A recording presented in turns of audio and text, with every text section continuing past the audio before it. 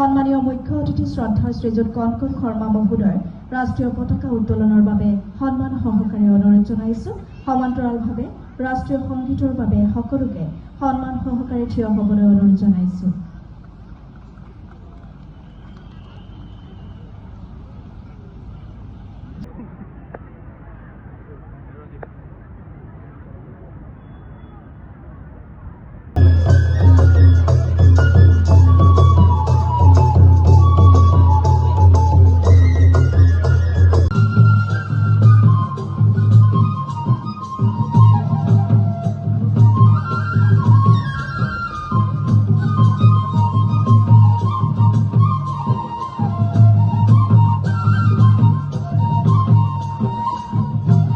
আমাৰ ডিমৰীয়া সমজিলাত আমাৰ সমজিলাৰ কংকন শৰ্মা ডাঙৰীয়াই পতাকা উত্তোলন কৰি আজি আমাৰ ডিমৰীয়াবাসী ৰাইজৰ লগতে অসমবাসী ৰাইজক এক বাৰ্তা প্ৰদান কৰে।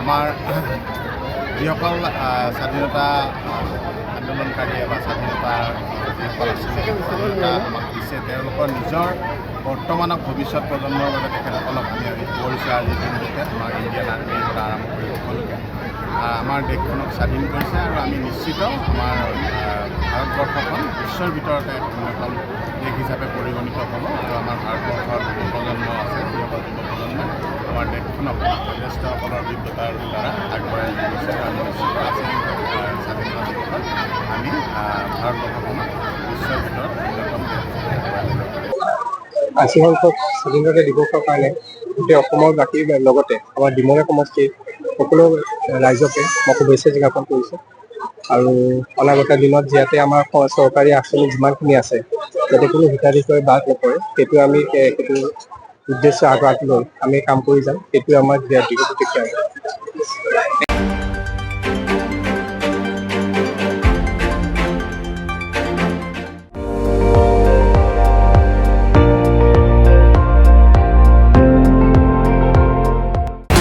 আপুনি চাই আছে ND24 সৰ্বশ্ৰেষ্ঠ নহয় সৰ্বোত্তমৰ দৌৰত।